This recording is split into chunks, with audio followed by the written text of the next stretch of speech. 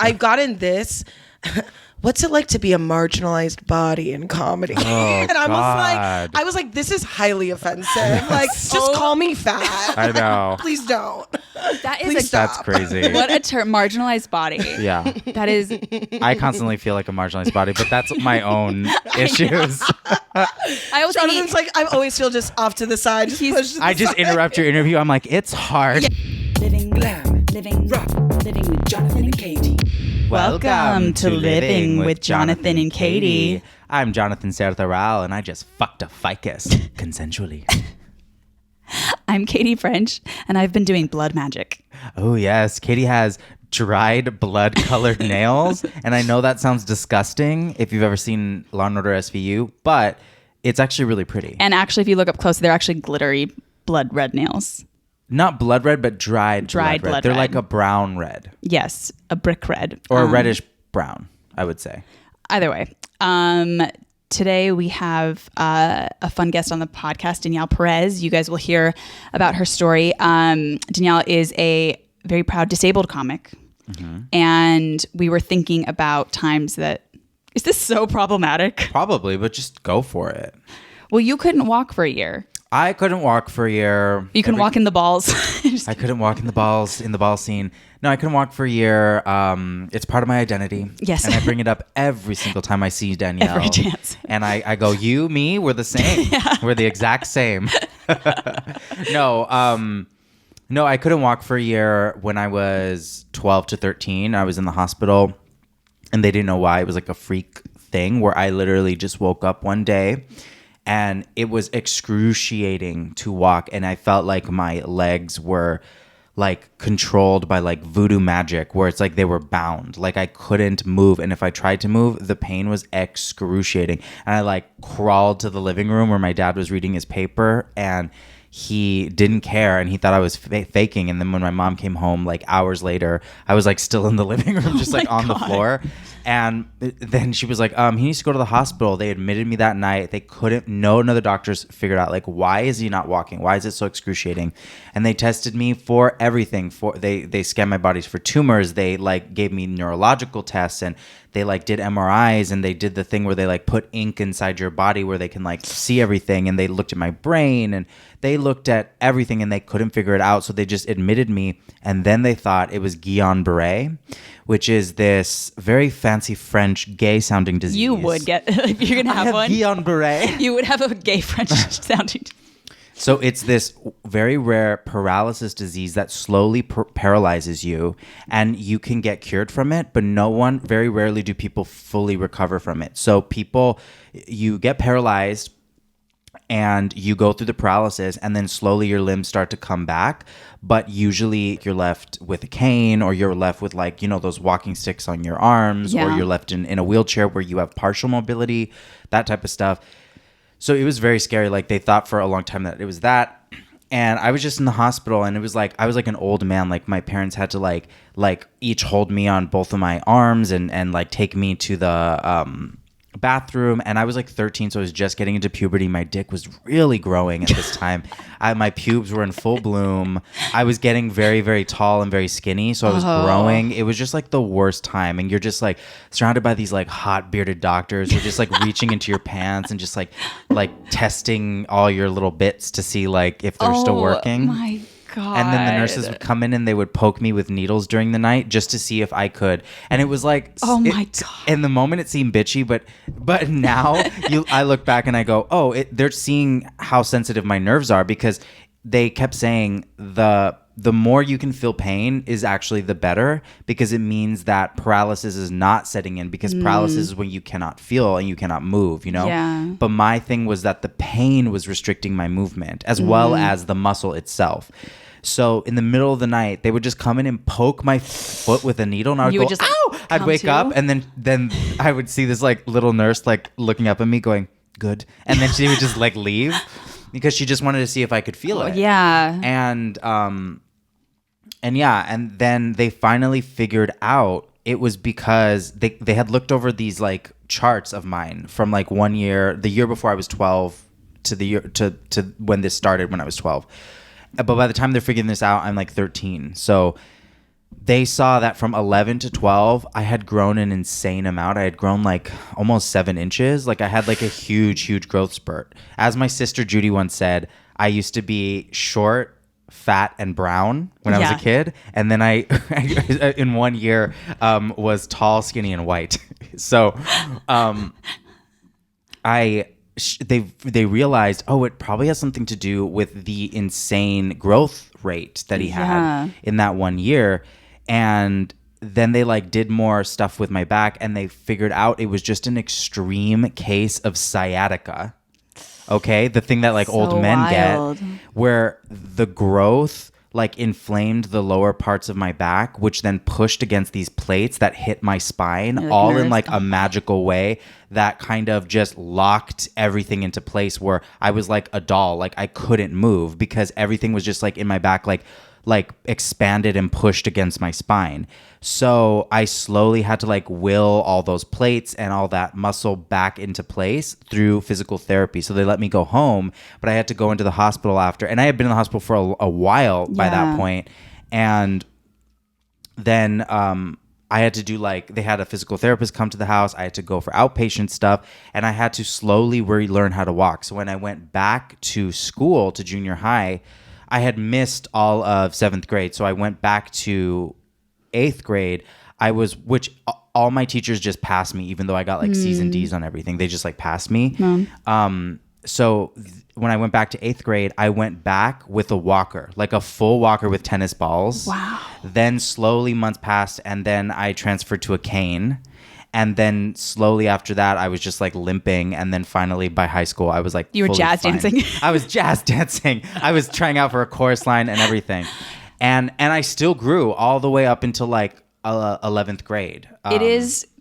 Your story is so crazy. And I remember, I feel like it was a while till you like first told me that, but I think it was because maybe there was a movie, or because you were like, I can't watch anything where people like are paralyzed. Oh, it freaks me out. So when Drake's character on Degrassi gets paralyzed, I can't watch it, because I do understand the feeling of because for the whole year, I didn't know if I was going to walk again. You know what I mean? And they were kind of preparing me for the fact that this could be my life. It's very traumatic. And you're so young. Going through puberty at that, like when all you want to do is like hide from everybody anyways. And then they're like, off. And then they're just like, so can you feel your dick right now? And you're like, Yeah, it was insane. But the reason I also don't talk about it that much is because during that time, when the year was up and I was kind of leaving the hospital, that is when my nephew Ricky, who's a year younger than me, he was going into the hospital, and we were at hospitals across the street. I was at Kaiser, he was at Children's, which is like right across the street. The irony is we live right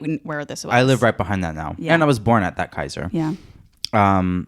So he was going in because he had cut his tendon, because he was like a very like straight kid, and he was like throwing a knife up in the air, and the knife came down and it cut his tendon in his hand, and then they did surgery and he still couldn't move his hand again, and they were like, oh, something scar tissue must have formed on the tendon, let's see what's going on. They figured out it wasn't his hand, there was something coming from at the top of his spine, like where his arm and his shoulder meet, where the spine is, like on the bottom of the neck.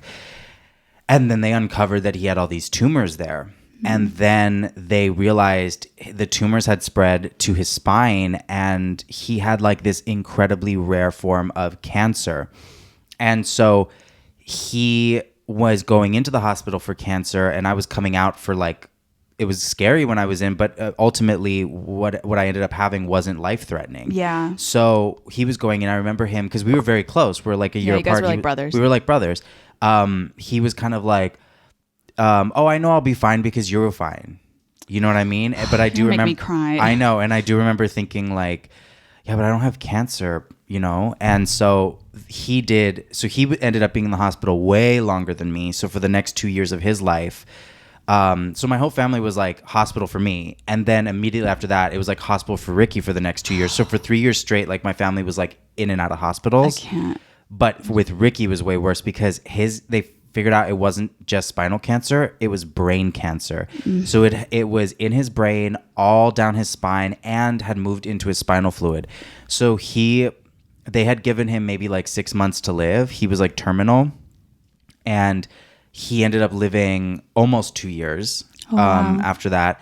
And he passed away when he was a teenager, when he was 13. So when he passed away, I was already in high school. And and that was just like such a mind fuck, because I had that hospital experience, and then what ended up like being okay. Yeah. And then he had this hospital experience that was way worse and ended up dying from it. And near the end, he of course knew he was going to die, because there was a point where like everything they tried just couldn't work. Yeah. And I remember going over to my sister Lillian's house and like being like, oh, this is Ricky's like juice. They recommend that he like drink this juice. And I was like, and that moment I was like, Ricky's going to die.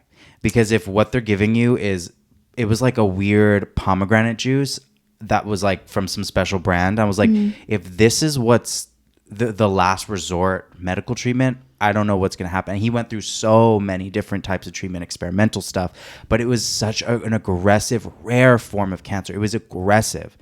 And then they finally moved in the hospital bed. Like they were like, there's nothing else we could do. And he had been to so many different hospitals. And then he ended up dying at Children's of Hope. So, Oh God, those rest stories, in peace. I know. That's why I don't like to talk about it, because those stories are actually connected. I know. you I'm sorry. I know. And I've told you this before. Like, I don't think there's a time we've hung out that you haven't mentioned him. Yes, I think about him every day. Yeah. He was just. I know that was a big. Yeah. Yeah. He was a truly great kid, and I'm not just like revisionist history with being like, oh, he was like a little dick, but actually he's a great kid. No, he was truly like a sweet, sweet, sweetheart. Yeah. It's Ricardo Daniel Martinez. That was him. Yeah. And he would be I'm 27. He'd be 26 now. Yeah. It's so crazy. It's the crazy thing, I think, is like with everything that can happen to a human body. Yeah. I mean, think about just the amount of conditions there are. It's there's like 100,000, the fact that anybody like is healthy is actually like seems like a statistical anomaly. You know what I mean? This is a story I'm just saying because, old time friend Nathan Camp, shout out, comic, is in the hospital right now battling cancer. And my friend Rachel, you guys know Rachel Friedland, she and I, he loves 90 Day Fiance. So we got him a cameo from one of the ladies. And so we told her the script, right? Which was like, we wrote some little jokes, and she mostly did the script and was like, Nathan, I just want to, wish you well and all that stuff, or she like did her little jokes. And then she goes, and I know that chemo's hard because I had an uncle who went and he fought and he died. And it's just like, she's like, so anyway, just keep fighting, whatever. And we were like, oh my God, that is not what we meant. But shout out to Nathan if you're listening. Yeah, sorry, Nathan. I didn't mean to tell that story about my nephew who died. No, that's fine. But anyways, just wanted to lighten it up. Life is just not fucking fair. Like, I know. Shit happens. Shit happened to Danielle. That's not fair. Yeah. Shit happened to Ricky. That's absolutely not fair. You know? But it's just not, you know. But for people trying or making the best of it and really like killing it, shout out to Danielle. So we had a really fun talk with her about her going viral, her starting stand-up, and the challenges of being a comedian in a wheelchair. Yeah, and also Danielle is not dying. Yeah. I don't know why she is fully fine. She's living her life. She's doing show business. She's being a professional. Like, she's living her life. Like, it's fine. Me and Katy just love every opportunity to be partially problematic. And traumatic. Yeah. So anyway, enjoy our interview with Danielle Perez. I'm excited to start therapy so I can stop buying crystals. I ghosted on my therapist about 2 years ago and realized I should get back into it when I started daydreaming about walking into traffic and like, I don't even have feet. I told her and she got very concerned. I was like, no, it's like one day I hope to have feet and then walk into traffic. It's aspirational. But the reason I quit is that she was asking me all these questions that I think didn't really apply to me. She was like, who are your heroes? Who are your role models? And all I could think was Carrie Bradshaw and Karen from Will and Grace. Which means I aspire to be an independently wealthy white woman with a drinking problem. You guys, I am almost there. Welcome back. Sluts. We are here with a very honorary slut, a very exciting slut. She is a writer, comedian, now model. Model, yes. Very Yes. High fashion exciting. model. Longtime friend, not longtime slut of the pod. Please welcome Danielle Perez. Hey, thank you for having me. I feel so honored to be your slut of the day. You're our slut of the week. It's Women's Month. We're doing an all bitches Hell yeah. lineup for Women's Yes. That is Katy's quote. I was Women's Month. She goes, it's bitch month. I was like, okay. all bitches How to be a all the cunt. time. Yeah. We're just free bleeding all month. I love it. Have you ever free bled? Sometimes I get really lazy and I don't have a tampon or a pad, and I'm like, Just we're go. gonna chance it. I just tried the Diva Cup. I can't believe I'm talking about this. I never talk. This is You so don't tell unplanned me for stuff like this. God. I didn't call you. I can't. Can you can get it up? I mean, it's weird getting it up. It was it's very hard. It's painful. difficult. It was very scary. I tried it 3 times. I literally yelled, truly. And you've heard You called on the goddess. You've heard fear. Yeah, you've heard fear that suctions to your cervix, and then you try to pull it out, and then you pass out. Well, you gotta squeeze it. You gotta squeeze right it and pull. I've tried twice. I don't Is know. it in I you? can't- It's stuck in you? No. Katie's is an Danielle's emergency. face was like, Currently. it's stuck inside you. No, it's you have to break the seal. It's it's demonic. I'm trying to Yeah. work with it, and you would think for Get me it? and all my blood magic that I'd be really good at it. Yeah. It's very not. Yeah. It's I want to do it, but I haven't. You should there's actually a Diva Cup that a disabled person invented that's a lot softer and has a string that you can pull to break the seal. Wow. Because Diva Cups are actually a very difficult starter menstrual cup. That's what I've heard. Okay. They're just kind of bigger and They really seem rigid. it seem to be very thick, hard plastic. Yeah, it's very rigid. You have to boil it. Did you know? Oh, that? to make it softer. To make it Well, sterile. and to make it sterile. Oh. I thought it I'll would give soften you it. the link Whoa. for this Okay. other one if you want Okay. to try. Interesting. I think this one is not. I just can't use it because I'm real fat, and it's honey, we can't go all the way. It's a up lot there. of- that's a little too far up. So It's very it's very complicated. I want to be. I feel like Yeah. I'm not a fourth wave feminist from not using a Diva Cup. oh but my god, whatever. no, we're using tampons. We're just not flushing them down the toilet anymore. The gay, Sure, I'm not. I'm definitely not. I would say the gay male equivalent to this, which is not on the same level, but the closest thing is when a gay guy's a dumb slut and he goes and he buys a dildo that's meant for a woman and not a man, which is no balls. So it gets sucked inside his. Okay, Because then I never- You gotta have the base. You gotta have yeah, the base. the I colon never is way deeper thought than the about vagina, this. so it'll just be sucked up in you. And there's I never thought about another that. sphincter that his whole job Yes. is to pull things in. Yes. And that's the one that just keeps you from shitting all the time. I Yeah. knew someone who worked in the ER at Hollywood Presbyterian, so he saw it all. And he said the 3 most common situations were 1, cock rings that got stuck. Oh, So my nightmare. He said literally the guys would walk in like cowboys, and that their balls would have swollen to the size of cantaloupes. Oh Yeah. my And they couldn't sit down, and they literally had they have metal cock ring cutters in the ER That is a special tool. because it's also Hollywood. So Okay, but what happens? It's Hollywood. But what happens to the skin around the ball and the testicle? I think Because it re-deflates or whatever. no, but it That's has to get English. cut because it's on so tight, right? Don't they have to actually cut well, into it? No, it's it's kind of like they mini saw it off from the side, you know. Oh. Okay. What if that saw I know. slipped? I know. And you were just gelded. You I know. sue the hospital. Imagine. But Imagine you don't filing have a lawsuit. dick. But literally, they're in the They case of stole my hospital versus slut. testicle. Stolen from me. It's Oh my horrifying. God. He also said that there was a light bulb that broke in someone and they died. Girl, I'm Inside. But also, this is they should man because who or the a hell woman? you're so stupid if you put a light bulb Probably in a man. because I mean, it's a man. yeah, it's a man. You're so stupid if you put a light bulb in because it's so thin. You're an idiot. So it broke. It pierced his colon. He died of sepsis. yes. Oh my god. He also showed me a X-ray once of a Snapple bottle. inside. Yes. Also, What are people yeah. I Heard of a mean, carrot killing someone.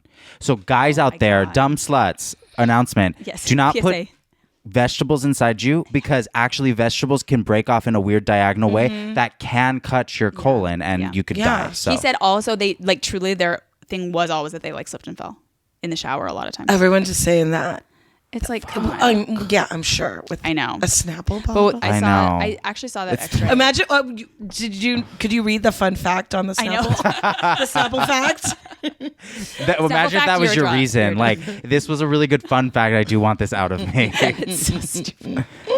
Oh my God. I've never been that dumb to get anything stuck inside. That's been a fear since I was a child. So I was like, never did that ever. I'm a dumb slut. I got a tampon stuck inside me. But that is something that you use. Okay, but no, see, I was a dumb slut because I read on the internet, which never trust, number one, that if you are having period sex, you can just like leave the tampon in. How old were you? I'm assuming you're younger. I was younger, but Not young young enough. Not young enough.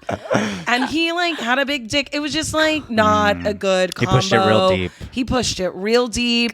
I like woke up in the morning and I like had to go to work and I'm like I'm rooting around and I'm like, oh my God.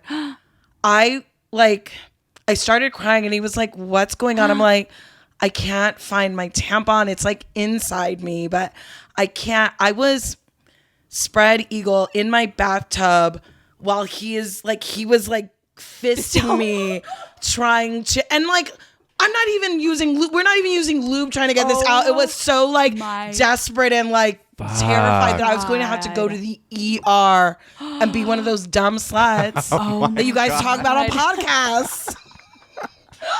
That is. But I mean, also, he was a dude I had hooked up with like a few times before. Like, he wasn't a boyfriend. Right. Yeah. This was a casual, easy breezy, flirty. Like, And then you were like severe intimacy.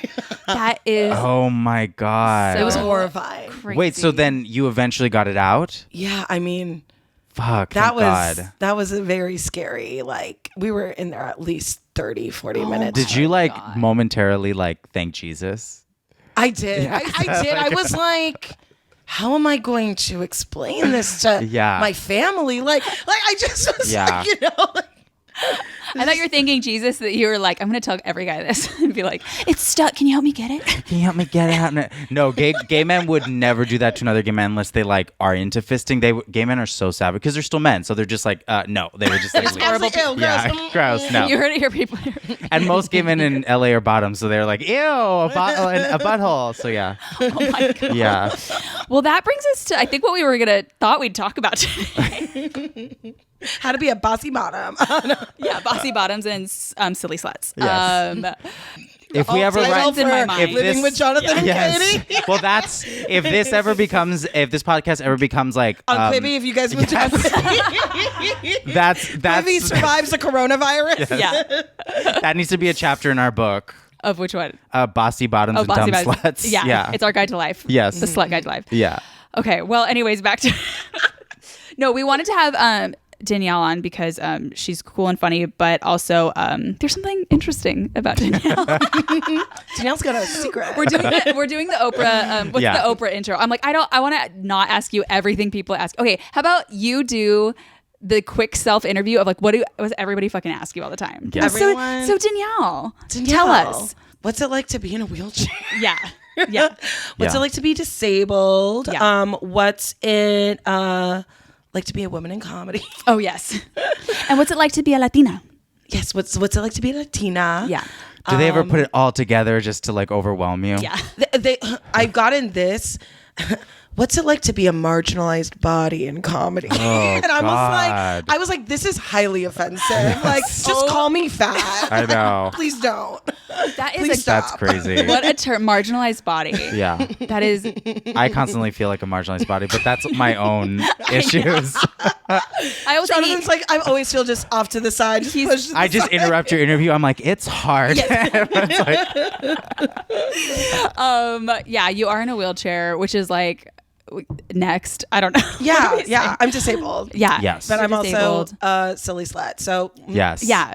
I contain multiple. So what's more important is you're representing the disabled slut community, and there's not enough. There isn't enough there. representation. Do you- I should put that on my goal board. I put "be a bitch in a wheelchair" on TV, and that's happening. So That's great. I love that. So now I need That's to great. be a slut in a wheelchair. The thing that I actually thought was the most interesting to your life, because you're a comedian, you travel for comedy. You have said multiple times in person, and I've also heard you on other podcasts say this, that going to New York is so Yes. inconvenient. And this is very different because everyone always says like New York is like the place to go and do Right. sets. You talk about like you wanting to go to like one of the stand-up meccas to do sets, like what is that like? It is a full-on nightmare. Yeah. New York is actively trying to kill me. I went to New York and did a week of shows, and I was hospitalized for 3 days with pneumonia. What? Maybe I was also being a silly slut, a dumb bitch. You gotta. There's the thing. I'm an LA comic. I'm born and raised in LA. I love this city. I love being from LA. And like New Yorkers just talk so much shit about LA comedy. Yeah. And like they don't think that we can like do anything more than a tight five. They're like New York's real stand-up's New York, whatever. You can do so many shows a night in New York. You can do 4 sets a night in New York. So I went and I booked myself 4 sets a night in New York. And then I got pneumonia. Oh my God. Because Yeah. that city is so inaccessible. Yeah. It's old. It's cobblestone. It's and so true. like 5-story walk-ups and narrow doorways. Like it's a thing of like out here at least, right? Oh, I need to go to the bathroom. You know what? I know Starbucks is going to have a wheelchair accessible bathroom. Yeah. Out there, Starbucks don't even have a bathroom for non-disabled people. Yeah. So it's like your whole kind of sense of like getting around. Like I can't take the subway. The subway is not fully accessible in New York. Are you fucking kidding? That's for real. This is the so interesting. metro system in Los Angeles is fully accessible. It is more and in New York it is not. So that means what? I'm at the mercy of Lyfts and Ubers. Let me tell you, Lyfts and Ubers, they fucking see the wheelchair, they just fucking drive on, speed on by. Wow. So I gotta account for the Lyft and Ubers that are canceling on me, hopefully praying that one of them takes mercy. They always act like they're doing you a fucking favor, not like you're paying them. Yeah. Right. And then you get in, because cabs won't stop for me. Oh, okay. Because they see the wheelchair and Yeah. they're like, I don't want that. So this is legit like doing awful. 4 sets a night of like that kind of negotiating and transferring around, crawling up and down stairs and getting in and out of vehicles. And it was, in New York, it'll be rainy and humid and then cold and like all in the same fucking day. But how did you have to take buses? Were they the only, do they not even? The buses are accessible, but like at night on that tight a turnaround, if you have that many, you know what I mean? If I was, bus is just not I'm going to practical. do a day in New York and like, okay, maybe I'll take a bus, you know, but I have more time. It's not, okay, well, this show's at 8, the next one's at 8:30. There's 2 at 9, you know, like. Yeah. That it's is just not, so shitty. Also, people from New York, it's like, it's not our fault that you can't drive when you come here. Like, they're like, they're always complaining about like how they're so superior. I'm like, dude, you guys can't even drive. You guys can't drive. Also, here's the real tea. No one's doing 4 sets a night. Absolutely no one. You know who's doing that? Sam Morril, like fucking, like Norm Macdonald, or not Norm Macdonald, the other one. The other white guy that... The other white guy. There's so many. All of them. But you know what I mean? But like none of these, they're not. Yeah. Everyone likes to... You can do 4 sets tonight, but you're not. They're being very... Right. You're being really over the top with it. Yeah. Also, except for a few, just like in any city. Only a few of you are getting to do that. Right. And also just like in any city, like when they come out to LA, I do feel kind of like they're not that impressive, maybe because they've hyped their scene up so much, where I'm like, I'm expecting you to stunt on stage right now. And it's like, it's a lot of like, okay. It's like, okay. All right. Yeah. But I think the reason that is what New York comics don't understand about LA is that we're not just getting people from New York. We're getting people from all over the country and the world. Everywhere. Yeah. So we see everyone come on stage and like do their best, whatever. So it's not going to impress us unless you are truly very, very funny. Yeah. You know? That's very true. I mean, LA's a showcase city. Right. And like you get brought up alongside people that are national headliners. Right. So you have to get good quick. Right. Yeah. You just do. And so it's like, okay, yes, New York has way more stand-up, way more open mics, way more whatever. But in LA, it's like it's very sink or swim. And so you have to figure, I feel like that's how it is. And so it's kind of no bullshit. Let's get to the punchline. Right. Yeah. If you got 5 minutes, or 7 minutes. Very true. Yeah. And I do feel like because there's more like shows in New York, the comics, and this is a good or a bad, it's not, this is not necessarily a criticism, the comics do feel like the freedom to like fuck around, where in LA the workout sets, in LA it's like you don't get on that many shows. around. Yeah, no. Yeah. Yeah. You know, like if even people who are highly booked here, right? Go to open mics. Go to open mics because they're still not getting booked enough to where it's like, oh, I'm doing 4 shows a night every night. It's like, no. If you're getting highly booked and you're doing like 50 shows in a month, which is like crazy, that actually still, if you divide it, still leaves you room you have to go to an open mic if you want to get up on certain nights, or you know what I mean? So yeah, because the thing is, because again, the LA shows are so showcasey where it's like, these are good shows and you can't just fuck around. Like, yeah, you have to bring it. You have to bring it. Right. Like, unless it's a show, which is just a booked mic. Yeah. Right. And then that's fine. You know, you can like, you figure it out, but it's like, yeah, it's definitely like, I don't want to go on a show and like, I did Chatterbox this week and I'm like, I fucking ate shit for 3 minutes of Chatterbox. Wait, they I don't know. They only gave you 3 minutes? No, I ate shit for 3 minutes and then I clicked in and was like, I was like, I figured it out and was fine. But it was like, fuck. Like I can't. That's really interesting about accessibility in New York, just in general, or like as a comic, because you don't think about that, like venues, stages. No one thinks about houses. That. Like, if you're like fully the fact abled, that then Dynasty Typewriter is like a venue that everyone fucking people suck its dick. It's like this new hot venue. He created that after I had already showcased for him at the Improv.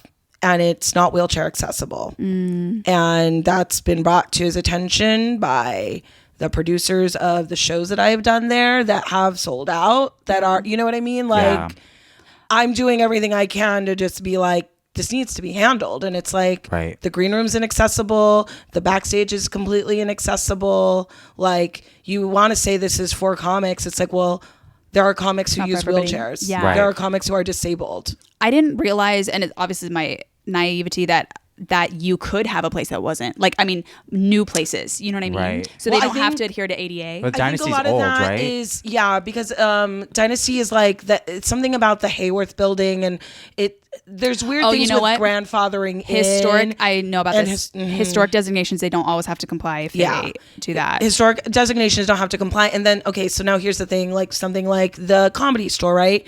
Totally inaccessible. The bathrooms are inaccessible. The belly room's inaccessible.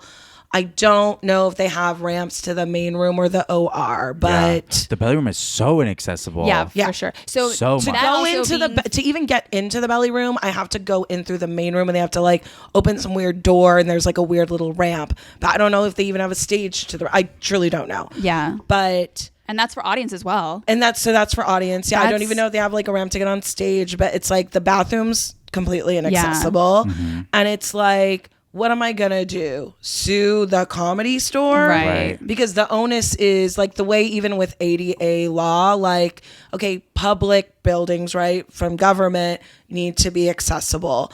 But if I go to a place that is not accessible, I have to like file a complaint, right? And then sue. Like the onus is still on the private citizen to take that action. And it's like, yeah, let me sue the Comedy Store. Which would then adversely, because you're not an audience member, it would adversely affect your career. 100%. You could win, you would never perform there I would never perform. And then it wouldn't just be that. It'd be everyone that heard about the crazy fucking disabled bitch who sued the Comedy Store. Right. What are other like inconvenient like venues and stuff like that you are there like specific ones that you're like always our fucking problem? Well, it's like I can't be in the green room at the Improv because it's upstairs and they don't have an elevator. You know, and that's also the thing. It's not just even the getting on stage. It's like the part of arguably like one of the other most important parts is like the community, right? Hanging out in the green room, talking about, oh, you should do this show or talk to this booker, or like just like bonding and like, you know, the thing where it's like women are often left out of the boys club. It's like, well, I can't even be in the green room with everyone like all the other comics. So you're losing out on potential opportunities and potential connections and all that stuff, and even just basic friendships. Yeah. When you like are submitting a booking request or whatever, do you mention or do you ask if it's like accessible, or do you mention I mean, it's not like they won't see your clip. Sure. But it's not I mean, usually if it's out of town or like, well, if it's like a festival, right? If it's a festival, usually festivals are a little more organized because they're like mass emailing people and like and they have like permits and shit. They're like logistically kind of trying to figure out stuff. So I always send them an email kind of after I'm accepted, like, please, like just, I use a manual wheelchair. I cannot walk. Please let me know if you need to discuss accessibility in your venue. Amazon and Home Depot have great ramps. I'm sure you can find one that works for your stage, but please reach out to me so that we can make sure everything is Right. clear. Yeah. And But it's the onus is still on me to be Right. proactive. And usually in LA, like I know most of the venues and I know kind of what the deal is. Right. But usually, like people are starting to be a little more aware where they'll be like, oh, okay, just so you know, there's stairs or this, or I'm like, okay, well, if you have like 3 strong people, we can figure it out. It's Right. like you could get, like I always say, I was like, you can give these links to the venue to buy a ramp. Yeah. Right. So that they can have it, so that other people who use wheelchairs can perform. right. Yeah. And because you're not just asking for you. It's Yeah, it's like, it's I'm like, you can write this off. Like, it's Yeah. a business. It's a legitimate business expense. Right. Yeah.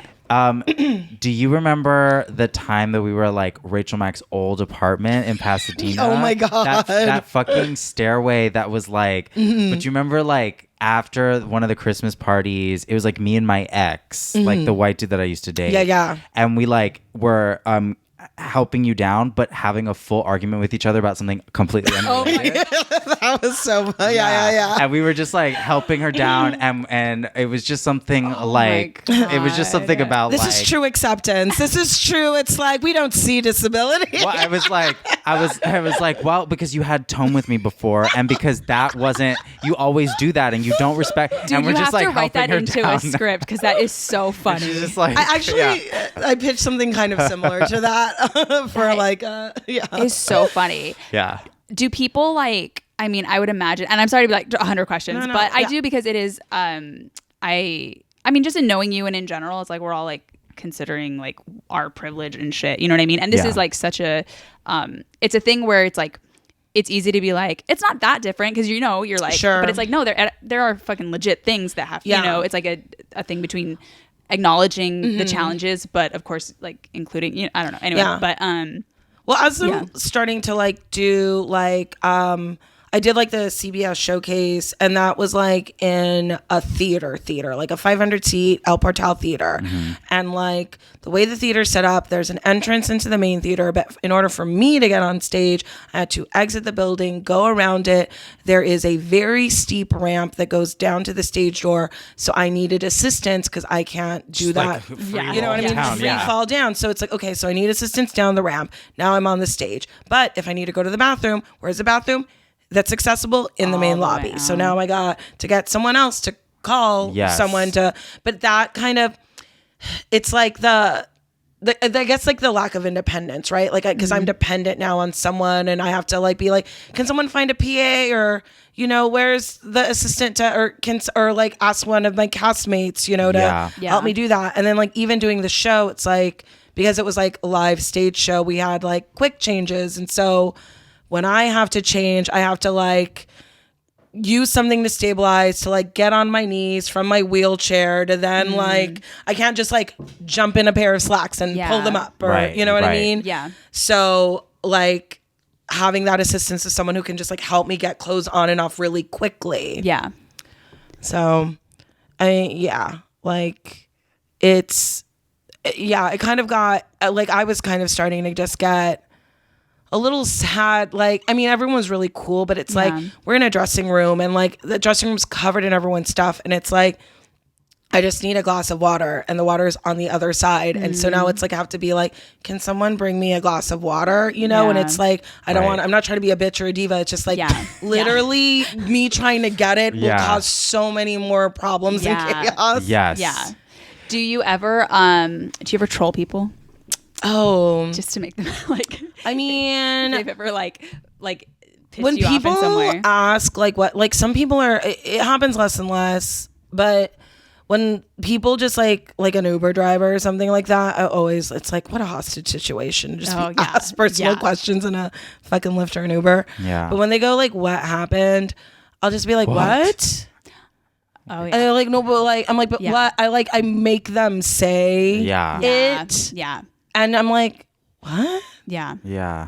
like, I'm disabled, or like I use a wheelchair, or like whatever kind of, I'm like, But I also don't they want you to know. walk them through this stranger, like the story of what happened. Like, is that really what they're asking? They're usually asking like what happened, like Yeah. what, like why are you disabled? Essentially, they want me to explain my personhood, or like Right, my right. like what are you doing existing? Yeah. Like They're like, Right, what's the right, deal right. with? what's the deal? Like, but Yeah. why? But why? Or Do you ever Right. have you ever wanted to just tell them, like, I mean, obviously it was very traumatic anyways, but a like deeply be like, I killed my husband, and then Oh, like a I really- was like on the run, and Yeah. like unfortunate, like a crazy narrative? Because I he should wouldn't stop invent asking one. me questions. Yes. Yeah. He wouldn't stop me asking me what happened, and then as I Yeah. stood over him His with bleeding the body. knife in my hand, I just could hear him say, "What happened?" No, I should do that. I really think you should. I would I come up with should. the most horrifying thing. I'll do that. That'll be. I should try that. It's a great way because I mean, People are so fucking stupid. and it would make them so uncomfortable even more than they already were. Right. Yeah. It's great. When you started stand up, though, did the lack of accessibility to some venues, I know that LA is different than New York, but did that deter you at any moment, or were you just kind of like gung ho, like, I'll figure it out? I was just like, I'll figure it out. Yeah. Because that's just like how I've had to be about It's also, it's not that my different than life. navigating Right. everything, right? Yeah, like because I lost my feet when I was 20, so I very much wanted to like keep up with all my friends who were still going out, partying, drinking. We're like young and in college, and so it was like, I'll figure it out. I'll figure it Right. out. Yeah. Like I just wanted to like be part of the group and join, and it's like the fact of the matter is, most places aren't accessible. Like, Right. the post Yeah. office, Cheesecake Factory, that's accessible. The DMV, who wants to go there? Right. Like, Yeah. so So the more basic a restaurant The is, more truly, basic. like, because it's the more corporate and stuff. yeah, then the more there will be more accessible because that's a huge market. Like Yeah. the disabled population is about like 20 to 25% of the population. Yeah. Wow. And the thing is, because that also includes like disabilities you can't see, so like chronic illness, like autoimmune diseases, things like that. And it's not necessarily Right. like mobility, right? Yeah. Yeah, it could just be like, you're very weak, or like you Had a brain need- injury or something. Yeah. all kinds. Do you But yeah, no, I mean, Yeah. I just wanted to, I was just so in love with like stand up, and Yeah. I wanted to do it. Yeah.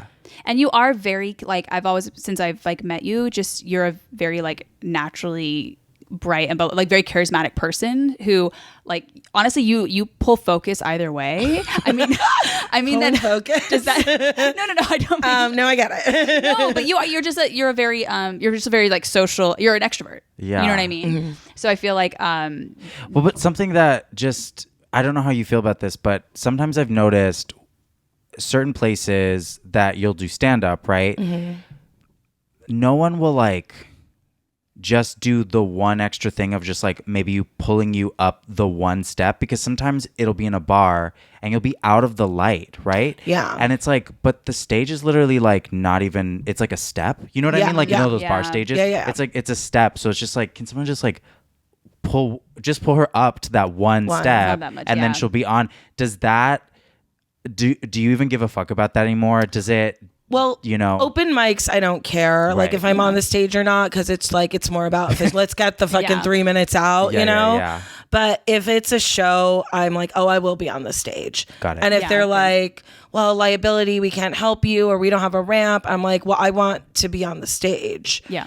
And they're like, well, no, we have this place for you in the front. I'm like, no, I will crawl on the stage and then carry my wheelchair. And it's like, no, I want to be on stage. Like Right. you Yeah. didn't. Like I'm telling you what I need, and like, okay, fine, you're not gonna help me. Yeah. I'll show you. I mean, it's me basically putting my middle finger up at them. Like, I cannot this believe wasn't that hard. It's a liability thing for someone to just pull you up on It's the a total stage? liability. Well, venues treat it as liability because Right. if one of their employees injures themselves, the employee could sue the venue. Right. If I'm injured, I can sue the venue or the employee. Like It's at so the comedy hard, like, store, they like the employees on the clock are not allowed to help me with my wheelchair. It's so frustrating. Like So when I go, I mean, thankfully when I go, I know other people that are not Yeah. Yeah, working. who are but- not working there. Yeah. I hate that there's all these legalities that like are somehow like supposed to protect, but they like prevent so much humanity. Like I remember when I worked at Disneyland, we weren't allowed to give anybody like a Band-Aid or like a Tylenol if they asked for it. If they were like, hey, I have a killer headache, do you have a first aid kit? No.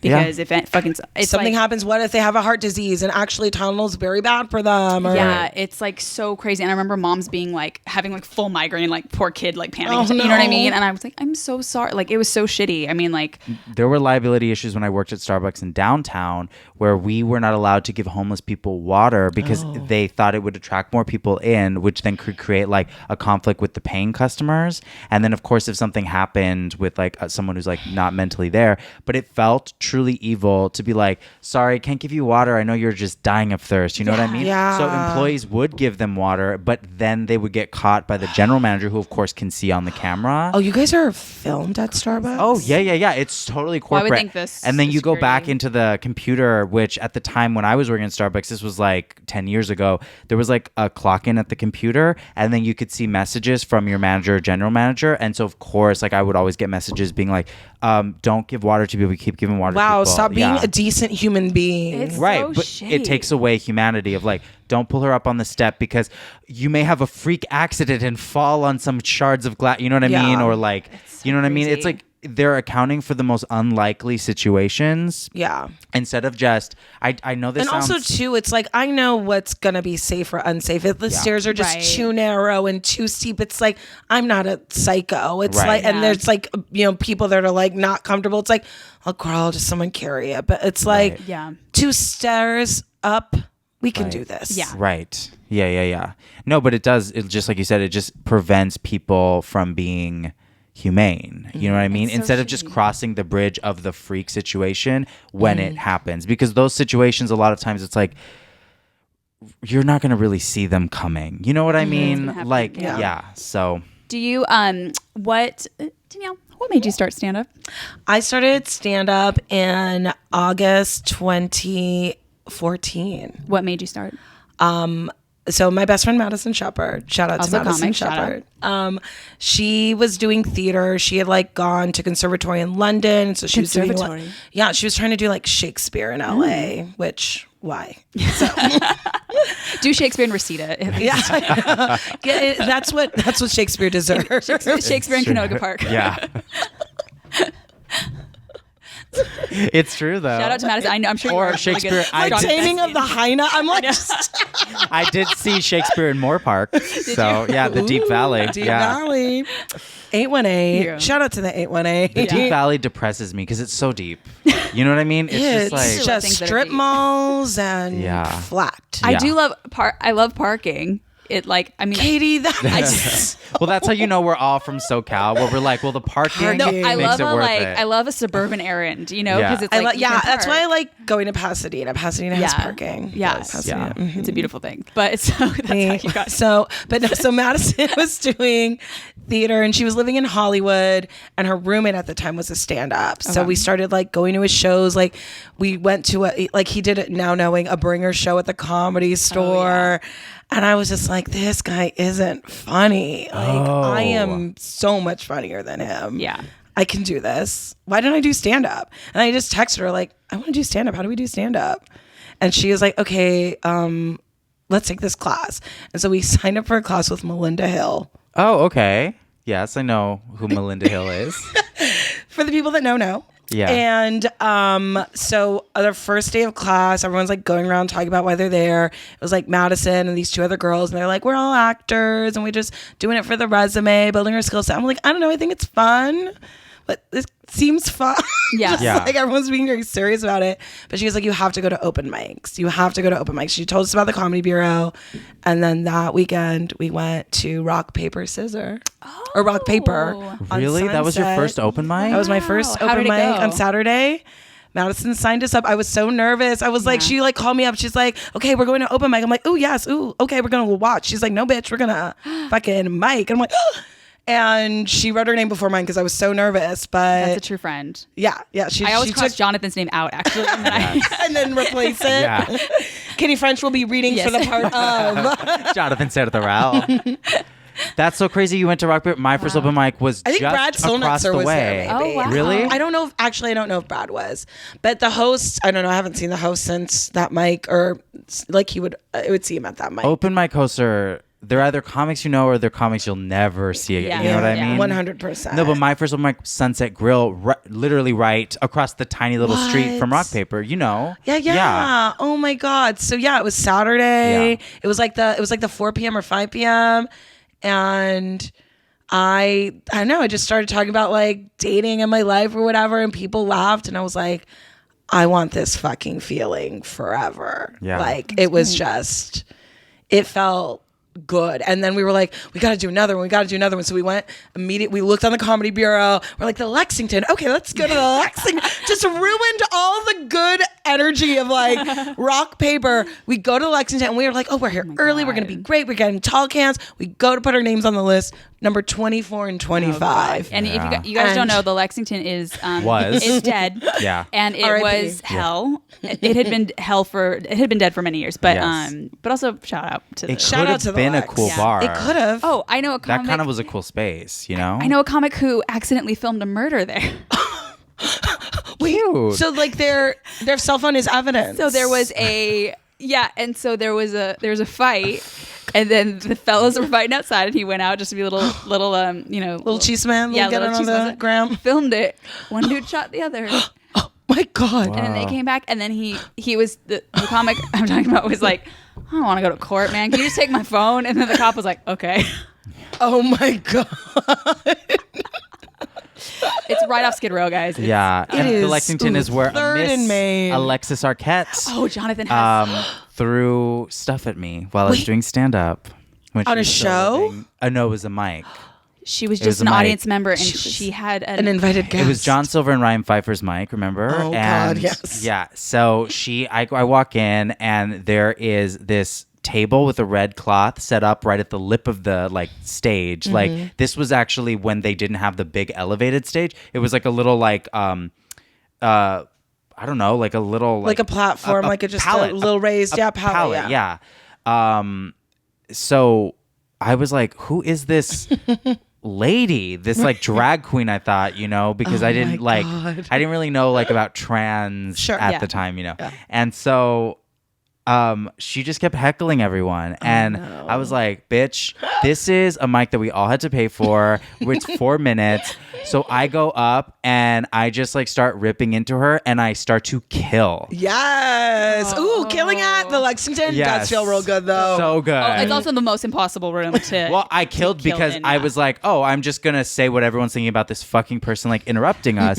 And she reacted by standing up and saying, you fucking faggot, you fucking dicklet, you fucking little dick piece of shit. And then she like took off all her like shoes, and she threw her shoes at me, So took now off her she's earrings. barefoot and the Lexington, honey. Yes. Trying to get Big TB. chunky jewelry, throwing it at me. I'm dodging. I didn't get hit by anything. Okay.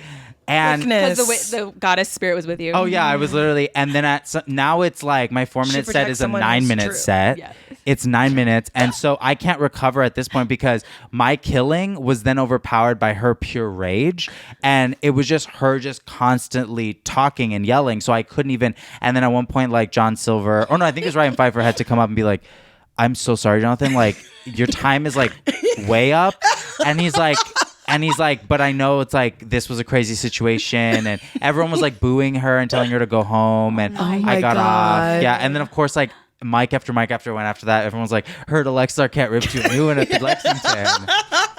In my mind, when you describe her starting to take off her chunky jewelry Yeah. and throw it, it's like in my mind, it's like a gay Matrix where Yeah. you're like doing that slow mo as like a It chunky was. bracelet, Well, it was going It's like right over a clear Yes. resin bracelet flies at your Yes. face and you just move to the Yeah. side. No, it was like that. Oh but my also, so God. wait a minute, that's David Arquette's sister who Sister. passed. Yeah. Oh, Rest in she peace. died? She did, passed. yeah. So when I heard Like that 2 she years- died, 2-3 I was years like, ago. ugh. R.I.P. Did you share your story? No, because I was like, you know what? This will just be between me and Alexis, and now the sluts who listen to our podcast. And in So, her memory, we just want to say, yeah, I mean, In her memory. I'm honored to have been her enemy. So yeah, enemy to all of the great. A formidable opponent. Yes. I do love that about like when a open mic goes terribly like off the rails, how the host never intervenes. Like absolutely, they're like they got it. They're gonna they're figure scared it out for their life. We went to the brewery show in Riverside. Me and Chris. Oh my God. We went to this brewery show. And oh my God. What a way to make $50, let me tell you. Wow. So we were there. It was still the funniest thing. I mean, you and I were like clutching each other, dying laughing because it was so crazy. So there's like this chick who's super drunk, and it's also like a show, like it's on the patio. It's an ambush show. It's a brewery, kind of. And it's also Redlands. So it's Redlands. Yeah, it's a lot. There's a lot of factors here. So a lot of people go up. Chris goes up, and she's really, really drunk, and he was talking about pit bulls and people who own pit bulls. And she saw red. And she lost her. She wasn't listening to the joke. She just heard that part and him shitting on people who own pit bulls. Whatever. And it's a very great joke. She was like livid screaming and like in his face, and he was so calm. I saw him clutch that. He like leaned back a little bit. He clutched a beer, and I'm like, Chris is red. He was. Yes. He was. Chris is not playing. And she was crazy. And he was like, kind of like, at first, like kind of talking shit with her, like whatever. And then she was like freaking, and he had the beer, and we were like waiting for like, dude, is security gonna come? Like, is one of these large white Viking men of the Redlands gonna come, or wherever we were? And they ended up like shutting the show down, like in the middle of Chris's set, because she was so wild. And my favorite part, so finally they come get her. Her friends are trying to get her out. She's like ballistic. She's like Jerry Springer ballistic. Oh yeah. And the best part is like they drag her out of the brewery.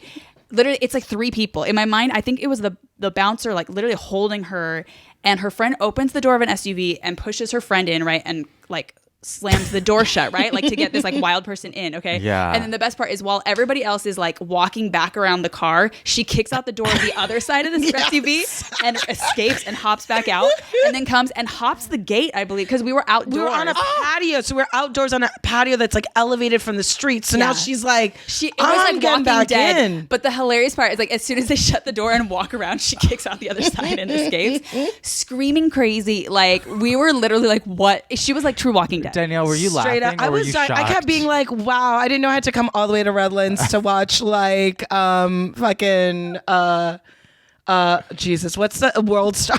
Yeah, World Star. It was very World Star. The World Star. Oh my God. Yeah, and it like shut down. Like Chris, it would just everything was just like it was down, like, can we just go now? Like, it was so crazy. And the funny thing is, I think on the drive there, we had been talking about the craziest shit we'd seen or experienced at shows. Oh yeah, it was so funny. Yeah. Shout out to the IE. The IE always delivers. Always delivers, truly. Okay, but you went to the Lexington. Yes. You were 24 and 25. 24 and 25 at the Lexington. Was real excited. Drank my tall can. And I mean, I remember I'm seeing everyone go up. I saw like Paige Weldon for the first time there, and I was like, so fucking funny. She did her like joke about reading in a coffee shop. I'm like, still one of my fave jokes. I had seen Rachel Mack perform at Chatterbox before. And I was like, oh my God, it's the girl from the Chatterbox. I was like, It was all so new to me. I was like, oh my God, she's here. Like, these are real comedians. Yeah. And I went up and had a bad set. I was like, the adrenaline mixed with like a tall can. Like, it's not that I don't have a tall like tolerance, but everything being so new, I just was like out of it a little bit. And I did it, and it wasn't great, but I had so much fun. I was like, I want to just keep, like, I want to get better. I want to be as funny as that Rachel girl. Like, yeah. That's how you know, like, that you're gonna like always do it. I think because like my first set, everyone always says like, oh, if your first set goes well, that's how you know. It's like no. My first set actually went really bad, and the first thing I thought when I got back onto Sunset Boulevard is, I can't wait to do that again. And it didn't go well. I think it was Jamar Neighbors, Jessica Michelle Singleton, and Brian Day pity laughing, and a bunch of comics like out on the patio smoking and not watching. It was bad. It was bad. It was bomb. Do you remember one of the first the first jokes? Oh yeah, I have. I know I have for sure. I'm like, one of my old iPhones, like the audio recording. Because that's one thing Melinda Hill said. She's like, voice memo all your sets and listen back to them. Shout out to Melinda. Shout out to Melinda Hill. Let me tell you, I have pretty much like, for the most part, like every like at least a voice memo of every set I've ever done, but I have the first tape, I watched the first tape that I submitted to festivals, and I was like, this is so embarrassing. I'm like, crazy how did anyone think this was good? Yeah, it's so crazy how you you just have this ignorant. It's just wild. Yeah, but you kind of have to have it, or else you wouldn't do delusion. anything. Yeah. I felt like I had a self-esteem issue for a long time, where I would not ask to be on anything, not submit to be on anything, and then Guy Branum had to be like, you have to ask even if you don't think that you're ready, because you're never gonna be ready until you're ready. Mm-hmm. It's like a weird catch-22. Yeah. But that's what I mean.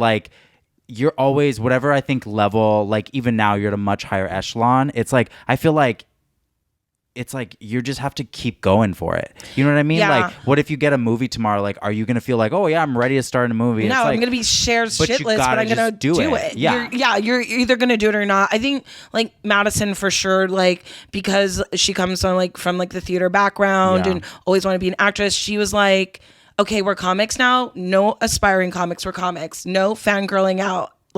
These are your peers. Right. I think having that kind of person by my side to kind of guide me through this helped me approach it as okay, this is what we do now. We go to open mics and you have to ask to be on shows. That's just part of the work, right? So I was totally insane asking for the first show to book me that I asked to be on. He's like, you're booked. I'm great. I'm like, how many minutes am I doing? I'm like, such a total newbie. Yeah. And he's like 7, and it's that's very much a we're testing you out. And I was 7, and so I went to Cafe Tropical to work out the full 7 because I'd never done. Yeah. I'd done 3-minute chunks, but not all together. Yeah. And it's you think you have 10, and it's you actually have 3. When you know. Yeah. And then I invited everyone and my mom to that show, packed out the room. He was like, thank you for bringing everyone to my show. I'm sure he loved it. And then it was and it was fun, and I did fine. I'm sure, I'm sure if I listen to that set now, I'd be like, oh my god. But it was okay, she's not bad. Yeah. Yeah. Akbar is honestly a pretty fun venue. I've only had one bad show at Akbar, but most of the time I feel like it's a fun venue. It's not fun. Lit a lot, but it's still fun. You know what I mean? Yeah, it's not. Yeah, I've never had I never felt bad about a set there. I felt bad, but it was I don't blame myself. Because it was on everyone else is complicit. Because everyone else is complicit in my failure. You? No. I blame it because it was what I call a straight night at Akbar, which for some reason everyone there is straight. I was like, okay. I know, it's okay, allies, we get it. Please stop taking over. I saw 4 couples same night on a date at Akbar, which is you can go on a date at a gay bar, that's fine, but not all of you. Do you know what I mean? That's a lot. Remember, I think it was your birthday last year when we went to go dancing and they were playing Blink 182, and we were like, why? Remember, it was Pride, because your birthday is always Pride weekend. Yes. And I remember I was literally like, this is a hate crime. Why would you that do was this? So homophobic. At Pride. During Pride. And that was the second time that ever happened to me at Akbar, and I literally just walked off the dance floor. So now I don't go to Akbar as much to dance, although I did do drag for the first time at Akbar. Oh, Halloween. You did? I did drag, yeah. Yes. Oh my God. What is your drag name? Well, I didn't come up with a drag name. I just went as a gypsy fortune teller. Yeah. I love. Which... I don't know, are gypsies white? She'll read your hands, your palms, and your soul. I think they're technically the Romani people, and we're not supposed to call them gypsies. We're not. Yeah, that, Are we I not? mean, yeah, but But I'm asking, if gypsies are white, then I can't oppress them. So you know what? systematically not possible. Right. Yes. I need to know if you're white, so if I can appropriate your culture or not. I need to know if you're white. But now you said you've been doing stand-up 6 years, you said? It'll be 6 years in August, yeah. That's crazy. I met you your first year then, because I've been in LA 6 years now. Oh, yay. Yeah. Oh, because you moved from the OC? Yeah. So what do you feel now in terms of because you've had TV spots, very notably The Price is Right, also Jimmy Kimmel. How could we not even mention? Which... Okay, we have Be real. How did you guys feel about The Price is Right? Because I feel, The Price is Right, I feel like... It was a I feel like viral that put thing meant to a happen. bullet or not a bullet on my head, but like a target where it's like everyone's gonna hate me now. No, I not felt at like that all. was a viral. That was hilarious. That was Okay, a so viral tell- video meant to happen. Oh, you know yeah, what I mean? tell- Oh yeah, and you people. can't. Yeah. Okay, Tell yeah. the people what happened. Truly, you really cannot even plan this. But so Wendy Starling, great comic. She was based in LA, but she was like next leveling, moving to New York. Yeah. So she invited a bunch of comics to go with her to a Price is Right taping. And I get there late. I'm like telling the security guard, I'm like, oh, my friends are waiting for me in line. And they're like, all right, we'll let her through. So I get in line, I meet up with them. And I was a first name called down to contestants row. And it was the last game to get onto the stage. We had to play it 2 times because everyone overbid.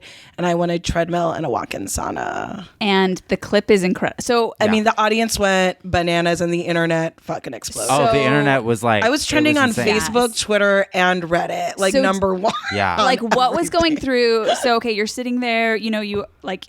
You're sitting there. He tells, and he was like trying not to. Drew Carey, right? Yeah, was yeah. trying not to acknowledge. Yeah, Drew Carey was trying to act like business as usual. Yes. Everyone was acting Yes. like it was business as usual. And I found out later that he thought everyone was playing a joke on him.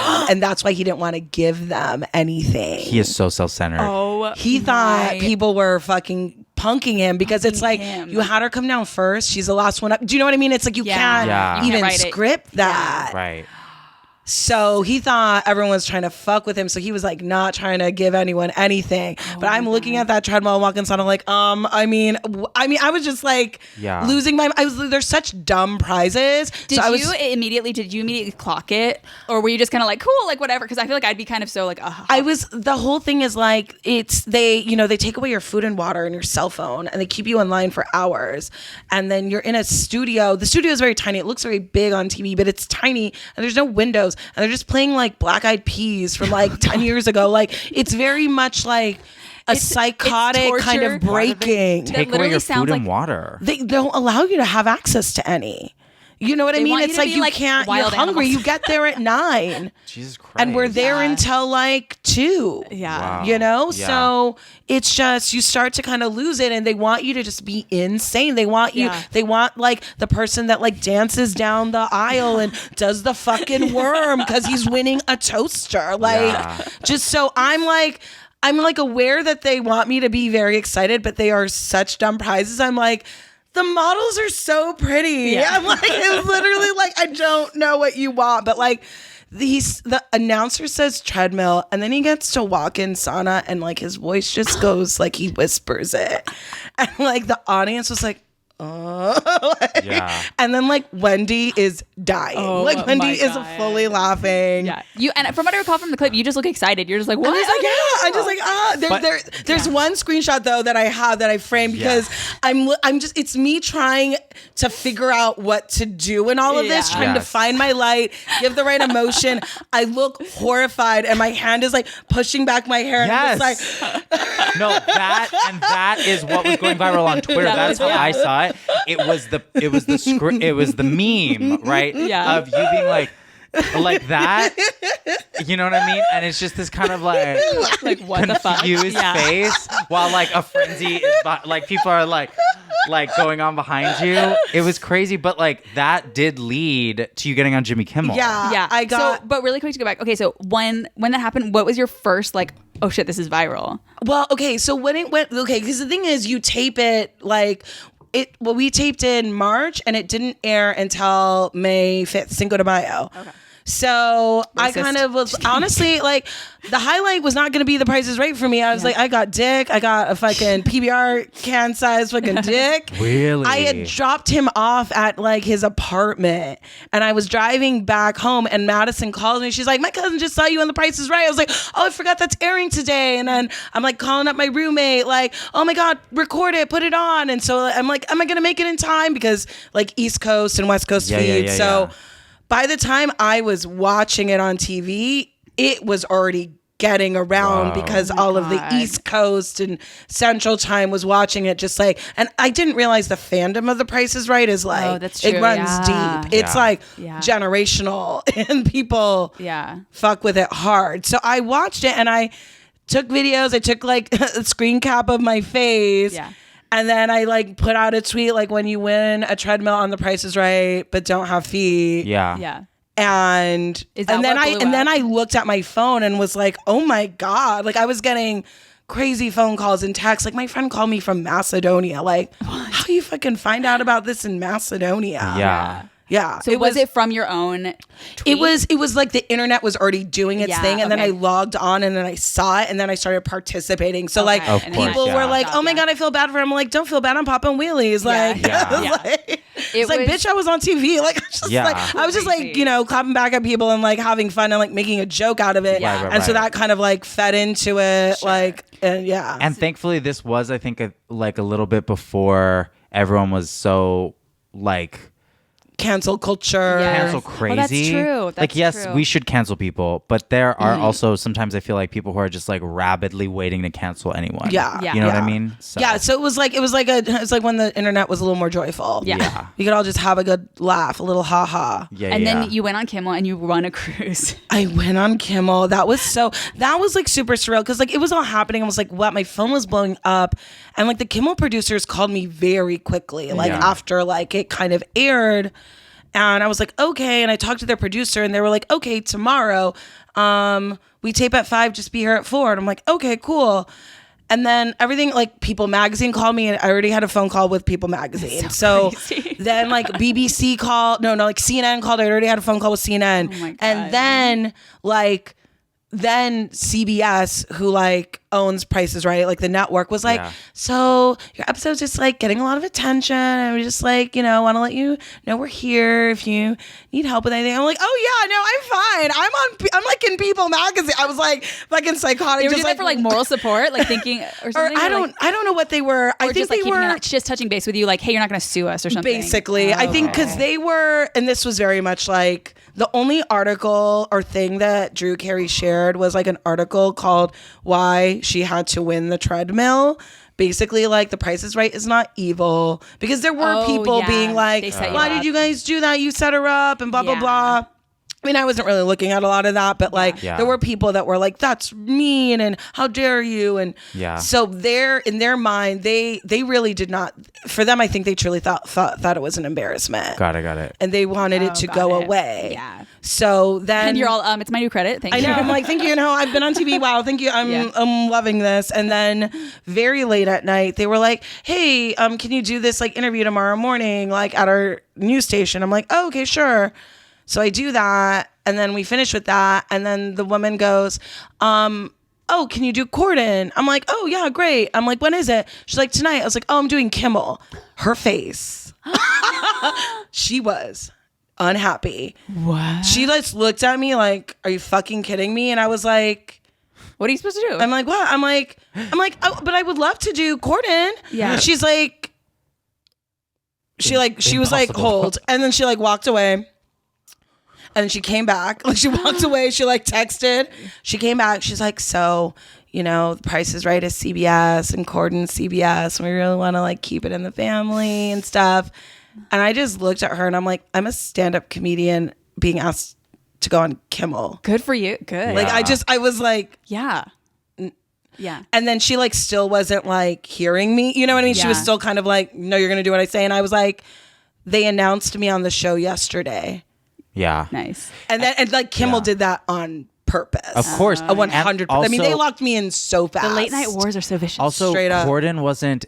He wasn't having thing. stand-ups. He wasn't. It was yeah. so new. It was just like, Yeah. yeah. What was this? No one, Yeah. Yeah. So no, but what I do remember from your Kimmel interview is you were in a sparkly dress, and They did not provide hair, makeup, or wardrobe. They just said, be there at 4. We shoot at 5. And I was like that because it was all that day, right? So I had those interviews in the morning, and then this woman having this confrontation with this PR woman. And then it was like, I gotta get a blowout, and my eyebrows, I need Yeah. 2 eyebrows, and like, Yeah. we need to figure out hair and make. So it was just like, because we have to be in Hollywood at 4 now, Right. and Yeah. it's already now noon, and to do all those things. Like, I literally went to get my eyebrows done, and like while I was getting my eyebrows done was like doing an interview with like Refinery 29 on the phone. It was That's so pretty crazy. extra. You're like, I'm on a press tour for my new movie. You're like, I'm living my LA dream. It truly was. I was like, is this hilarious. is bananas. But you said in your Kimmel interview, you said because we went there because we were comedians, and you kind of went through abbreviated, but like of why you guys were there, like because Wendy was leaving. Yeah.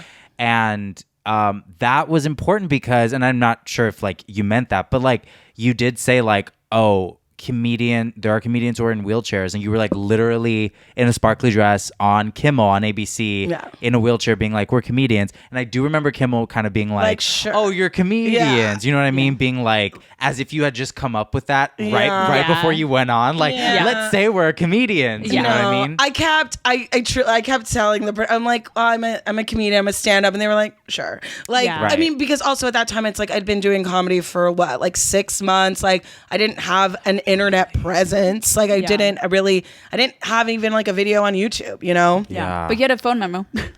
Your voice memo. I had voice. I know. I was like, I can send you some voice memos. But I mean, and I don't know. Maybe I think it all kind of worked out the way it needed to. But yeah. Most importantly, you got a cruise out of it. I got a cruise. Did you go? I never went on it. Where was it to? Okay. Bitch, I didn't know you love a cruise. I just literally. We're in the time of Corona. No, I know, talking but about a cruise. What I like, Katy I have very strong feelings about money and spending free shit. Oh, I mean, okay. But where was it to? Because if it wasn't that It was great, to the Caribbean. Oh, that's which is nice. nice. Okay, I'm not a monster. Okay. I told my nana. She's like, "Where did you get the cruise?" I was like, "To the Caribbean." She's like, "I've already been there." She's like, "I left that island." I was like, "Wow, nana, gratitude isn't your gift." Yeah. What? You didn't use it? It was I don't know. It was like a real whirlwind year. Okay. It was a lot of Yeah. Is like it expired? I want you to take I mean, Katy, but also look at this house. You know what I mean? It's just kind of like cruise or like just this. Also, this could be Puerto Vallarta. I know, you know what I it's mean? true. Yeah, I think the cruise like. I know also cruises can be janky. I get it. No, I mean, it was for sure a nice cruise. It was the kind of thing of like, I got a cruise. Here's the thing, and I couldn't tell him this. And I know that he was, because he did a whole bit where he's like, oh, we're going to ask you to play a game. And he made me guess the price of peanut butter. And he was like, it doesn't matter. You win wheelchair accessible cruise, wheelchair accessible this, that. And like the joke was like wheelchair accessible. And it was great. I hate cruises. Like actually do not like them. Yeah, I can understand that. Why? Because you're trapped? It's not the trap thing. They are essentially like Vegas hotels on water. And I don't like that. I don't care for Got the it. people. I don't like not knowing what time it is. I don't like having to use an elevator, having to fight for an elevator with old people. I don't want that much access to a buffet. I don't want it. Just I do get that. Can you sell it? Can we flip this? I'd love to help you. help me with my cruise. I can't help you make money Like off the if cruise. you could have sold it, we're talking about 5 years ago. Yeah, it's for sure. They don't expire.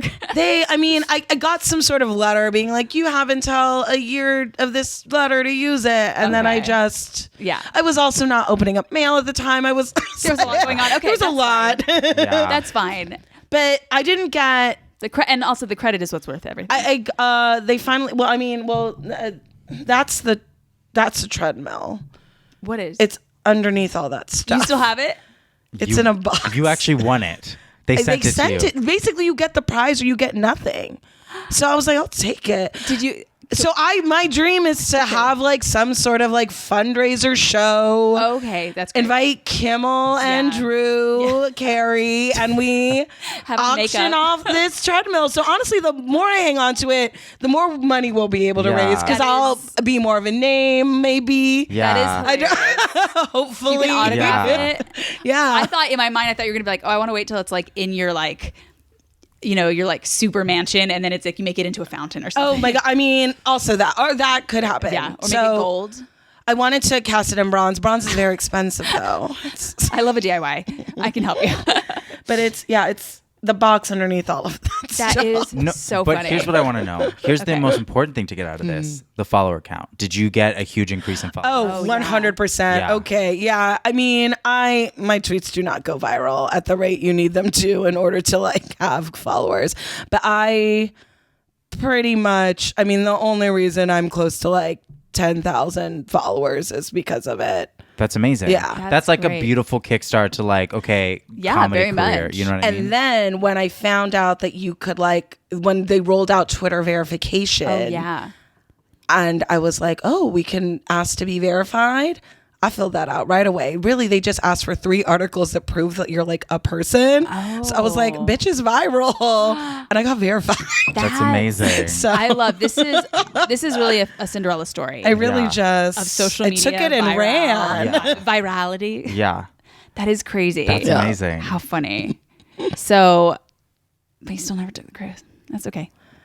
Katie's taking this I real really, Katy hard. really Katy, are you booking cruises now that coronavirus has made them Katie's very very cheap? I did frugal. consider it, but I'm just very frugal. It's frugality and it's fuck the system. Take everything you can from it. Sure. Okay. I'm like a vicious capitalist. do you clean out green rooms when Sometimes I'll take a snack at my job. They would make fun of me because I would always just like a little mouse. I would just like hoard everything, and Yeah. I'd be like, well, you know who's not hungry on their drive home? Me.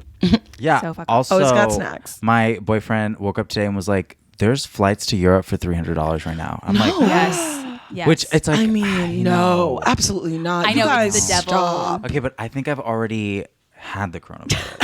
I mean, you're probably immune. You're like, I've been vaccinated. No, I say comedians I've been already vaccinated are. since that Snapple bottle got lodged in Yeah. my ass. I am also blood immune to varicella, so I can't get like What is smallpox. varicella? Oh, what? Yeah, it's the thing that How do causes you know chicken that? Because when I worked at Children's Hospital of LA, they had to draw my blood because you have to get vaccinated. It's like a 6-month Oh, boarding. right. of Oh yeah, because you're around vaccination. so many Yeah. sick kids. Sick kids. Yeah. So they were like, "Oh, you don't need to get any of those vaccines because you're immune to the pox viruses." And I was like, "Oh, cool."